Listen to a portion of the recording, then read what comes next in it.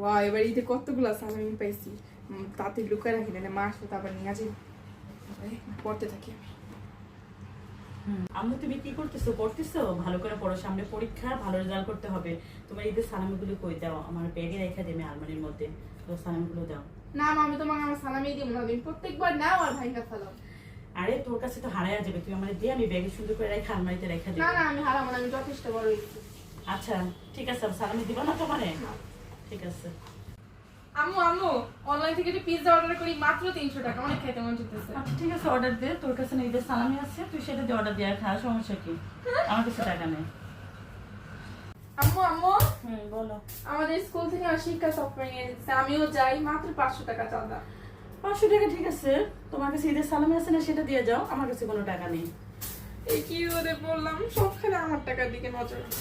আম্মু আম্মু, হ্যাঁ, তুমি বলো। ঠিকই বলছো, টাকাগুলো আমি সত্যিই সামলাতে পারবো না, তুমি তোমার কাছে গুছিয়ে রেখে দাও। দেখছো, মায়ের কথা বাসি হলেও ফলে, টাকাগুলো আমার কাছে যত্ন করে রেখে দেই।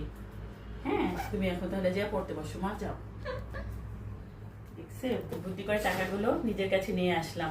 বাচ্চাদের কাছ থেকে এভাবে কিন্তু আপনারা নিজেদের কাছে টাকাগুলো হাতিয়ে নিতে পারেন। এটা কিন্তু সুন্দর একটা টেকনিক, আপনারাও চাইলে এই কাজটি করতে পারেন।